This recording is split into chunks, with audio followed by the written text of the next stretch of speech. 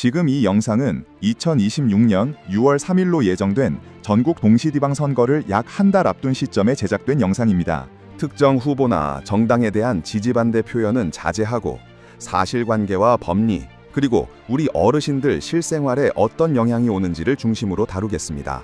안녕하십니까, 정치수사관입니다.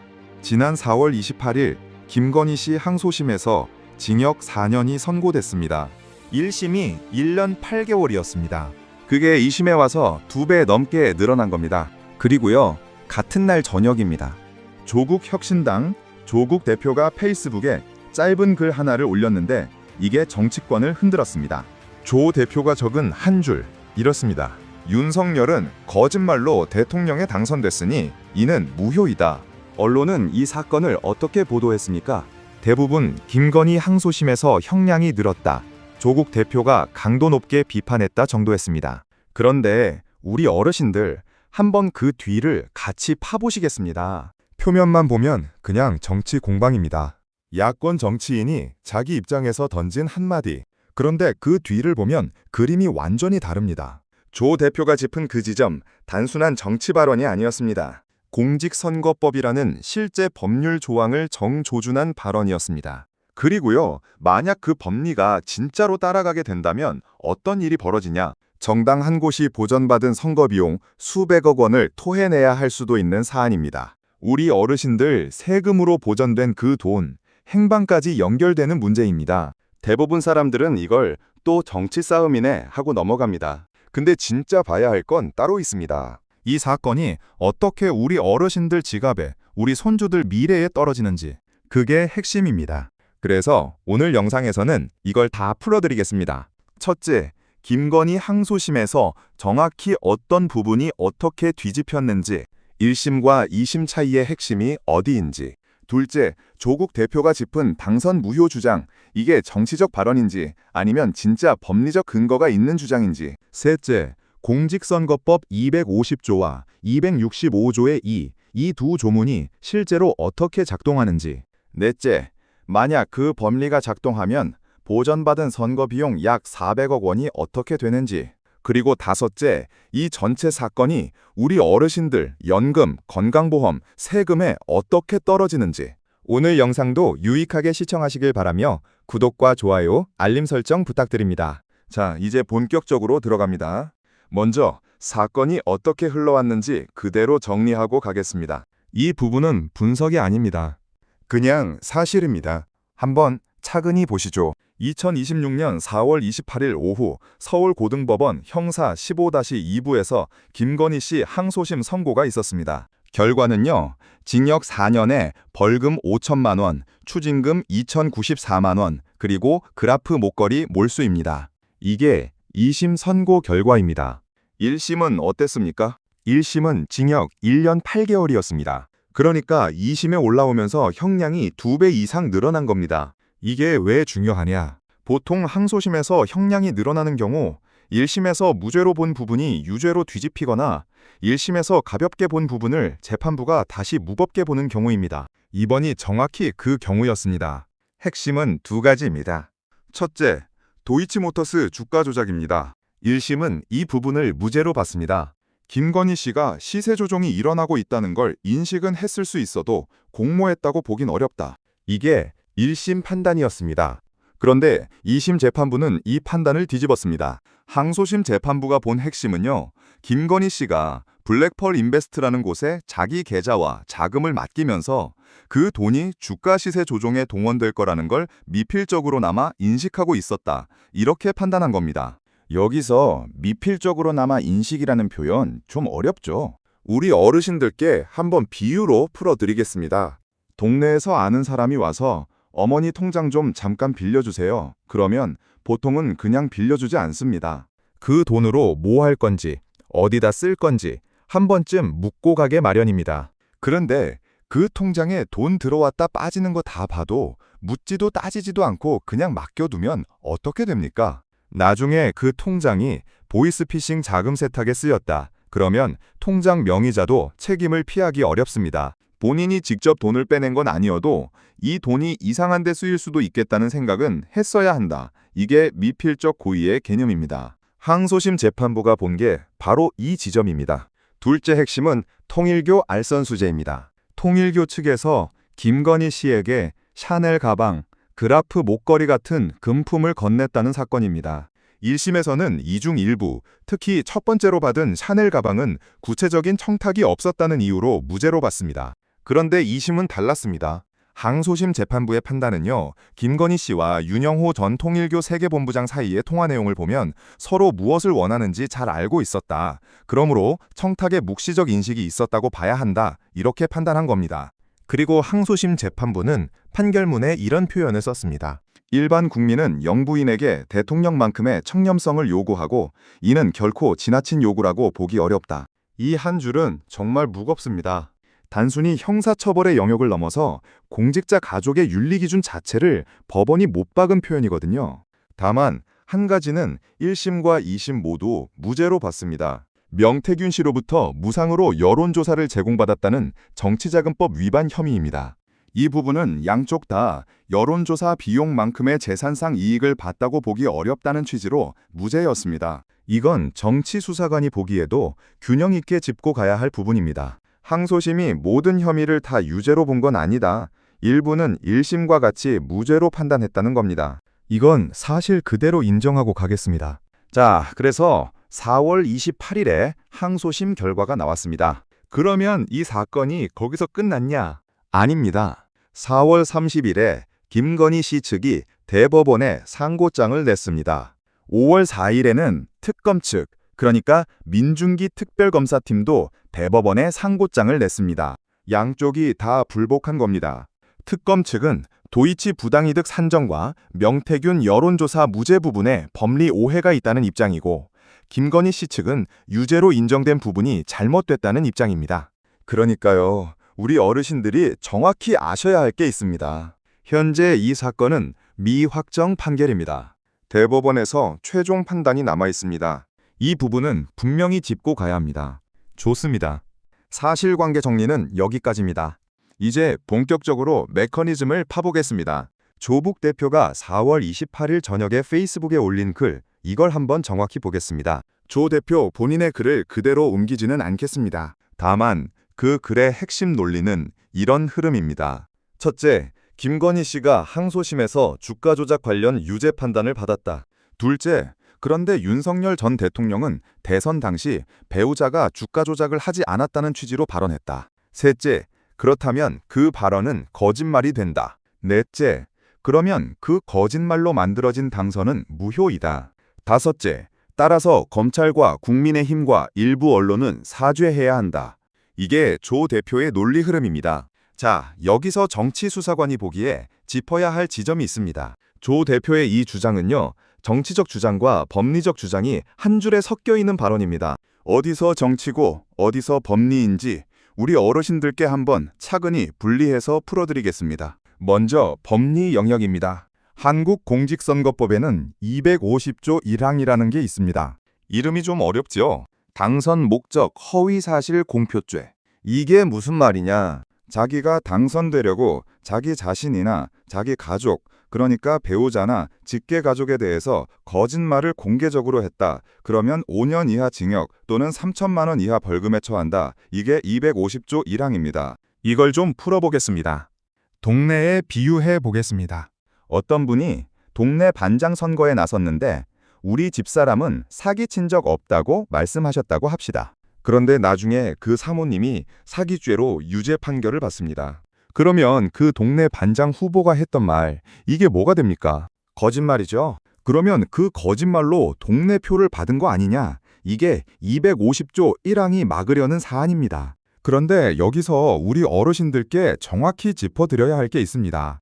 250조 1항이 적용되려면 무엇이 필요하냐? 첫째, 후보 본인이 거짓말을 했어야 합니다. 둘째, 그 거짓말이 자기에게 유리하게 작용할 목적이었어야 합니다. 셋째, 그게 검찰에 의해 기소되고 법원에서 유죄로 판단되고 그 판결이 확정돼야 합니다. 김건희 씨의 항소심 판결만으로 자동으로 윤석열 전 대통령에게 250조 1항이 적용되는 게 아닙니다. 별도의 형사 절차가 필요합니다. 그러니까 조 대표가 던진 당선 무효 주장, 이건 법적으로는 여러 단계의 절차가 더 남아있는 가설적 주장입니다. 정치수사관이 보기에는 이 주장은 정치적 메시지로서는 무게가 있습니다. 하지만 법리적으로는 지금 당장 효력이 발생하는 사안이 아니라 앞으로 따져봐야 할 가능성의 영역입니다. 이건 분명히 분리해서 봐야 합니다. 자, 그러면 다음 시계가 돌아갑니다. 250조 1항이 적용되어 후보자가 유죄 확정을 받게 되면 그 다음에 무슨 일이 벌어지느냐? 여기서 두 번째 시계가 돌아갑니다. 공직선거법 제265조의 2입니다. 이 조문이 진짜 무게가 있는 조문입니다. 한번 풀어드리겠습니다. 이 조문이 말하는 건요, 후보자 본인이나 그 후보의 회계 책임자가 공직선거법이나 정치자금법 위반으로 100만 원 이상의 벌금형 또는 징역형이 확정되면 그 정당이 국가로부터 보전받은 선거 비용을 다시 토해내야 한다는 겁니다. 우리 어르신들, 이게 무서운 겁니다. 대선이라는 게 어떻게 치러지는지 한번 보시죠. 후보가 자지돈만 가지고 선거를 치르지 않습니다. 정당이 거대한 선거 비용을 씁니다. 광고비, 유세비용, 인건비, 인쇄물, 차량, 선거, 선거사무소 운영비 이런 게 다 들어갑니다. 그런데 한국에서는 이 선거 비용 중에서 일정 득표율을 넘긴 후보의 정당에 대해 국가가 다시 돌려줍니다. 이게 선거비용 보전제도입니다. 우리 어르신들이 내신 세금이 이 보전금의 재원입니다. 그러면 윤석열 전 대통령이 출마했던 제20대 대통령 선거, 거기서 국민의힘이 보전받은 선거 비용은 얼마였습니까? 보도된 자료를 종합해보면 약 397억 원 수준이었습니다. 약 400억 원 가까운 돈이 국민 세금에서 정당으로 흘러 들어갔다는 겁니다. 조 대표가 짚은 그 한 줄, 당선이 무효이다라는 발언이 정치적 외침이 아니라 법리의 영역에서 따라간다면 그 끝에 무엇이 있느냐? 이 400억 원에 가까운 돈이 다시 국고로 돌아오는 시나리오입니다. 그게 265조의 2가 작동하는 메커니즘입니다. 다시 강조드리겠습니다. 정치수사관이 보기에 이 시나리오는 현재 단계에서는 법적 결과가 아니라 가능성입니다. 가능성이 현실이 되려면 여러 절차가 남아 있습니다. 하지만 그 가능성 자체가 가볍지는 않다는 겁니다. 이 지점에서 우리 어르신들께 진짜 중요한 질문을 던져드리겠습니다. 그래서 이게 도대체 우리 지갑에 어떻게 떨어지는 겁니까? 정치수사관이 매번 강조하는 부분입니다. 정치는 결국 어르신들 지갑에 떨어집니다. 한번 차근히 가보시죠. 첫째, 세금입니다. 지금 우리가 이야기하고 있는 약 400억 원, 이거 누구 돈입니까? 우리 어르신들이 평생 내신 세금입니다. 손주들이 앞으로 살아가면서 낼 세금이고요. 만약 법리가 작동해서 이 돈이 국고로 돌아온다면 그건 우리 모두의 세금이 다시 우리 모두의 곳간으로 돌아오는 겁니다. 반대로 돌아오지 않는다면 그 돈은 그대로 정당의 정치자금으로 소진된 채로 끝나는 겁니다. 여기서 손주 학원비에 비유해 보겠습니다. 우리가 손주 학원비를 매달 냈는데 그 학원이 약속한 수업을 제대로 안 했다는 게 나중에 밝혀지면 보통 우리는 환불을 요구합니다. 당연한 거 아닙니까? 정치도 똑같습니다. 약속한 조건, 즉 정직한 정보 제공이라는 조건이 깨졌다고 사법부가 판단하면 보전된 돈은 다시 돌려받는다. 이게 265조의 2의 정신입니다. 둘째, 정치 신뢰입니다. 우리 어르신들이 평생 봐오신 건 아닙니까? 정치인이 거짓말을 했는데 아무 일도 안 일어나면 다음 정치인도 거짓말을 합니다. 거짓말에 대한 비용이 없으니까요. 그런데 만약 한 번이라도 거짓말을 한 후보의 정당이 받은 돈을 토해내야 한다는 사례가 만들어진다면 다음 선거는 어떻게 됩니까? 후보들이 함부로 말하지 못합니다. 본인 가족 의혹에 대해서, 본인 경력에 대해서, 본인 재산에 대해서 한 번 더 확인하고 말합니다. 이게 우리 어르신들 표가 더 정확하게 행사되는 환경을 만드는 겁니다. 셋째, 이게 직접 관련이 있는 영역이 또 있습니다. 우리 어르신들 연금과 의료비입니다. 왜냐? 대통령이라는 자리는 단순히 의전 자리가 아닙니다. 국민연금 개혁, 건강보험 보험료, 기초연금 인상, 의료 수가 결정, 이런 모든 정책이 대통령실에서 시작됩니다. 그러니까 대통령을 누가 어떻게 뽑았는지에 대한 사회적 신뢰가 흔들리면 그 대통령이 임기 중에 추진한 정책들의 정당성도 같이 흔들리게 됩니다. 윤석열 정부 시절에 결정된 의료 정책, 연금 정책, 부동산 정책, 이런 것들이 지금 다시 들여다봐지고 있는 이유 중 하나가 바로 이런 맥락입니다. 자, 그러면 이제 균형 있게 짚을 부분을 짚고 가겠습니다. 정치수사관이 매번 강조드리는 부분입니다. 한쪽으로 기울지 않고 가야 합니다. 조 대표의 주장 중에서 정치수사관이 보기에 일부 동의하기 어려운 부분도 있습니다. 어떤 부분이냐? 검찰과 국민의힘, 일부 언론은 사죄해야 한다는 부분입니다. 이 표현은 정치수사관이 보기에는 정치적 메시지로서는 강한 메시지일 수 있어도 법리의 영역에서 보면 특정 집단 전체에 대한 일괄적 책임 추궁에 해당합니다. 검찰 조직 전체, 정당 전체, 언론 전체가 한 사건의 책임을 균일하게 진다는 식의 접근은 정치수사관이 보기에 신중해야 할 영역입니다. 책임은 구체적 사실관계를 따져서 개별적으로 묻는 게 맞습니다. 이 부분은 조 대표의 주장 중에 정치수사관이 동의하지 않는 영역으로 분명히 짚고 가겠습니다. 또 하나 짚어드릴 부분이 있습니다. 김건희 씨 항소심에서 무죄로 본 부분도 있다는 사실입니다. 명태균 씨로부터 무상 여론조사를 받았다는 정치자금법 위반 혐의. 이건 1심과 2심 모두 무죄였습니다. 일방적으로 모든 혐의가 다 유죄로 뒤집혔다는 식의 단정은 사실과 맞지 않습니다. 항소심은 일부는 유죄로, 일부는 무죄로 정확히 판단을 갈라서 선고했습니다. 이게 법원의 균형이고 우리 어르신들이 알고 가셔야 할 사실입니다. 그리고 결정적으로 한 번 더 강조드립니다. 이 사건은 미확정 판결입니다. 대법원의 최종 판단이 아직 남아 있습니다. 대법원이 어떻게 판단하느냐에 따라 위에서 말씀드린 모든 시나리오의 출발점 자체가 달라질 수 있습니다. 지금 단계에서 당선 무효가 확정됐다라거나 선거 비용 반환이 결정됐다라고 단정하는 표현은 정치수사관이 보기에는 너무 앞서 나간 표현입니다. 자, 그럼 이번엔 메커니즘을 한 단계 더 들어가 보겠습니다.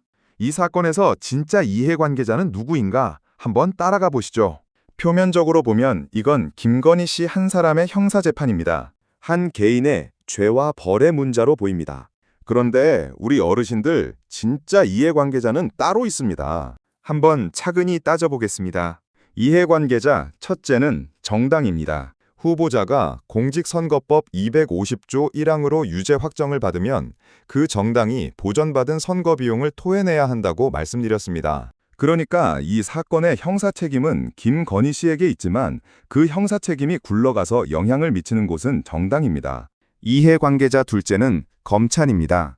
도이치모터스 주가 조작 사건은 한 번에 결론이 난 사건이 아닙니다. 2020년에 첫 고발이 있었고 처음에는 검찰이 김건희 씨를 무혐의 처분했습니다. 그러다가 김건희 특검이 도입되면서 다시 들여다보게 됐고 결국 항소심에서 처음으로 주가 조작 부분의 유죄 편단이 나왔습니다. 그러면요, 검찰 조직 입장에서는 왜 그때 무혐의 처분을 했느냐는 질문이 다시 돌아오게 됩니다. 이 질문은 지금 진행 중인 김건희 특검의 수사 봐주기 의혹 규명과도 연결돼 있습니다. 이해관계자 셋째는 우리 어르신들 본인입니다. 왜요?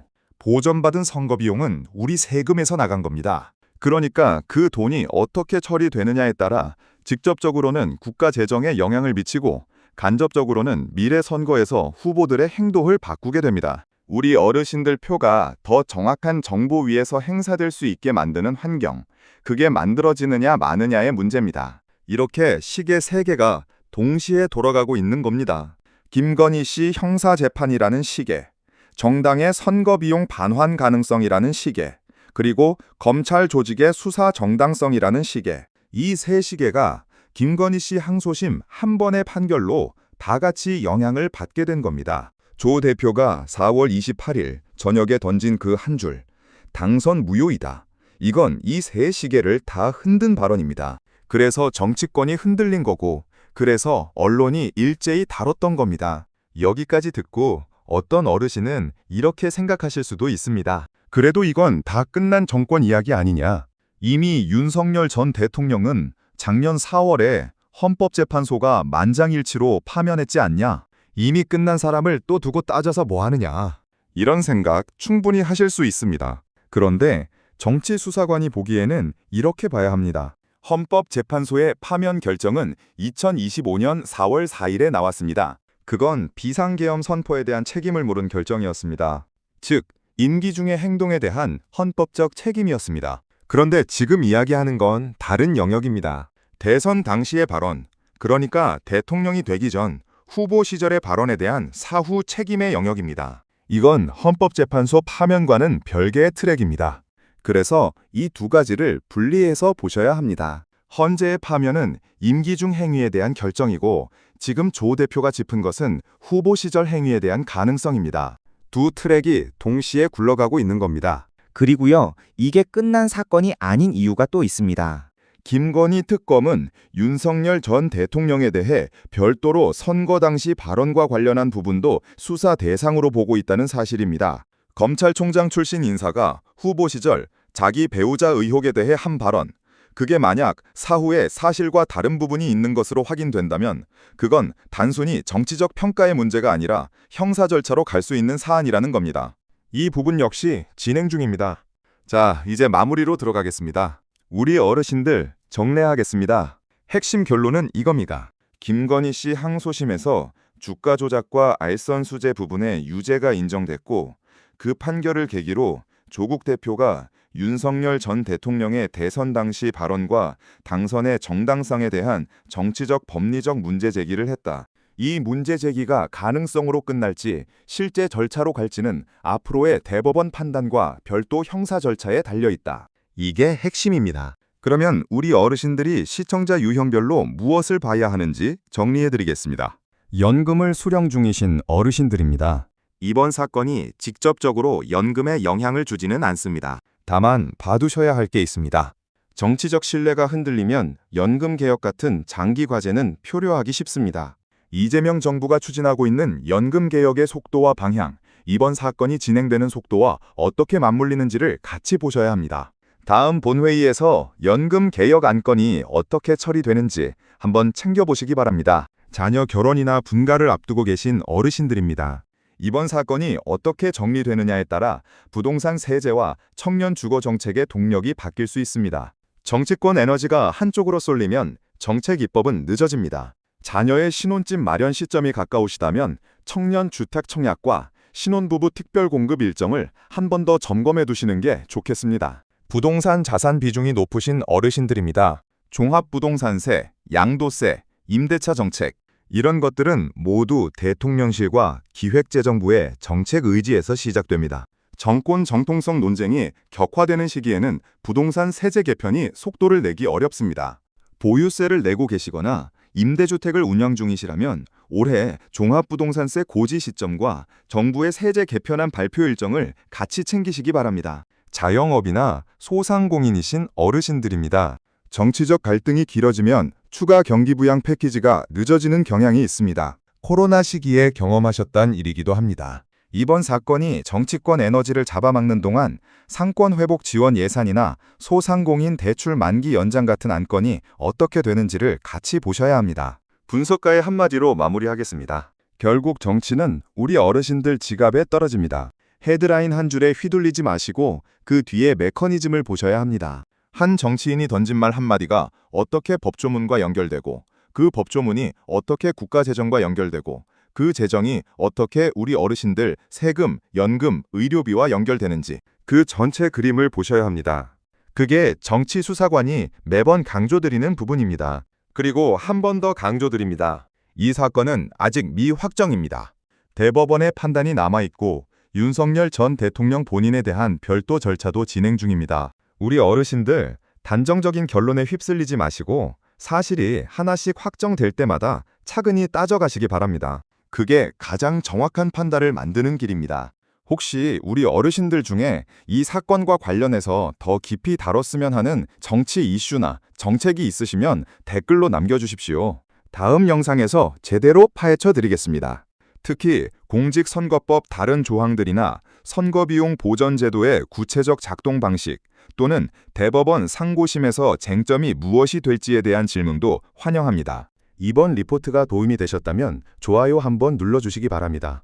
더 알고 싶으신 정치 이슈나 정책이 있으시면 댓글로 남겨주십시오. 제가 꼼꼼히 분석해서 다음 영상에서 제대로 풀어드리겠습니다. 구독과 알림 설정해 두시고 우리 함께 정치의 진실을 파헤쳐 보겠습니다. 정치 수사관이었으니까.